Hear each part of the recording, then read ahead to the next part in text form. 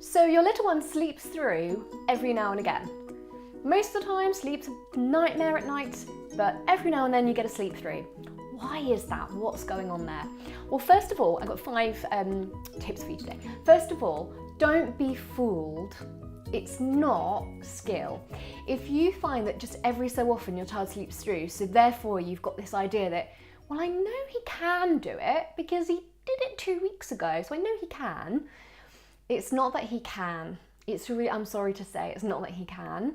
It's just that every so often that child is tired enough that they have what I call a mega catch up. It's like a crash and burn, big catch up sleep. And their body just goes, oh, no, I'm done. And they have a burnout, big catch up sleep. It's not that all of a sudden for one night that child was cleverly waking and putting themselves back to sleep, and no, they were just zonkoed that night. So be under no illusion that there's some skill there if that's what you're seeing. Just to clarify, night sleep, we wake all the time. We wake 3 or 6 times roughly in the night. They can be to various degrees. We may have a very slight wake up that we're barely aware of. We may have a very full wake up, but we do have brief wakings. It's quite normal. We all do that. It's just that when we know how, we quickly resettle ourselves and go back off to sleep. When little ones don't know how, they have one of these wake ups, and it might be a very, very, very shallow one, and then they just actually nod back off and it's not hard. But when it is a bit more of a challenge, they don't know how to put themselves back to sleep. Therefore, that's why you're needed. And so this is why I say, if you just get very rare sleep throughs, don't be under any illusion that your child can do it. It's more of a mega catch up that you're seeing. So what can you do? Ensure that your child is getting enough daytime sleep. Quite often, the reason that they are having lots of wakings in the night and disturbed night sleep is because they're overtired. Sounds odd, I know, but it's because they're not getting enough sleep overall. Now, obviously the disturbed nights in themselves are going to add to that overtiredness, but check in with your child's age and developmental stage and how much sleep they ought to be getting in the day.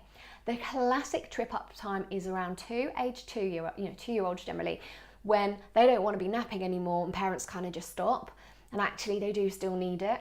That's the classic age to start to see night troubles because they're not getting enough in the day. So have a look at how much sleep they need in the day, and also the timing of that sleep. Because if your child could do with about 3 hours sleep in the day, but they're taking it all in one go, and actually they could do with taking that in 2 naps, then it will still leave overtiredness, believe it or not. So it's not just how much they have, it's also the timing and when they have it and how it's distributed in the day. So make sure you're up on that. The next thing for you is to have a consistent bedtime routine.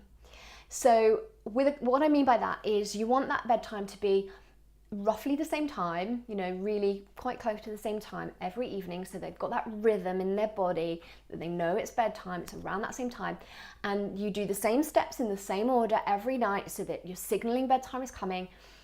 If it's all over the place, then naturally their sleep's going to be a bit all over the place too. So getting that nice and consistent is going to really, really help. And also work on their self-settling at bedtime, because if your child is waking a lot in the night and therefore seems to need, I'm guessing, your help to get back to sleep, have a look at how they're falling asleep initially. Because if they're going to sleep in under 5 minutes from the time you say goodnight, lights out, gone, and I'm talking about babies and toddlers and preschoolers here. I mean, this can apply to most ages up to age 6. If they're out under 5 minutes, then they were really tired and they haven't really truly totally self-settled. They've kind of got no fight and gone. So have a close look at how they fall asleep at bedtime. Make sure they are truly self-settling, and then respond consistently. This is my next point for you. Respond consistently to any wake-ups. So anytime you do get a wake-up in the night, they need to see the same thing happen, the same response from you each and every time, and that response needs to look the same as bedtime. So basically what they practice at bedtime in terms of falling asleep is what they get and what they do again when they wake in the night. So if at bedtime you sit there singing a song till they fall asleep, that's what you're going to have to do every time they wake. If at bedtime you sing a lullaby and then sit close by for 5 minutes, then that's what you need to do when they wake. Whatever it is you're doing at bedtime, you need to do for each wake up. And I mean every single one, whether it's at 9 p.m, 2 a.m, or 5:30 a.m. You need to respond the same way. Don't do that classic, oh, it's 5 in the morning, as long as it's after 5, just bring them in my bed because I can't take it anymore and we'll all just get a little bit more sleep. I know in the moment that seems like the quicker fix and the easier way, and in the moment it will be. In the moment, you're right, you will get more sleep doing that. But long term, it's not going to be a sustainable way, and it's just going to keep happening. And it will probably shift and get earlier and So be consistent, just push through and consistently respond, and pretty soon that waking won't happen and then you'll be on the other side. So really, really consistent there. And the final point I've got for you is get clear on hunger and not hunger. So again, this will be very different depending on the age of the baby or the young child. But if you're seeing those wake-ups in the night, just be clear and know for yourself whether that's a hunger wake-up or just a wake-up. Awaking doesn't mean hungry. Some people will say, oh, they wake up for a feed every da-da-da. They don't wake up for a feed, they wake up. Sometimes they'll need a feed, sometimes they won't. And that, again, it depends on the child and the age and everything else. After a certain age, they're not waking up for a feed at all. They're just having a waking and they just need a little bit of help to get back to sleep because they don't know how. So just get really clear on when it's hunger and when it's not hunger. We have other episodes on that topic, so you can learn a bit more about that in more detail, but that's a really, really key piece as well.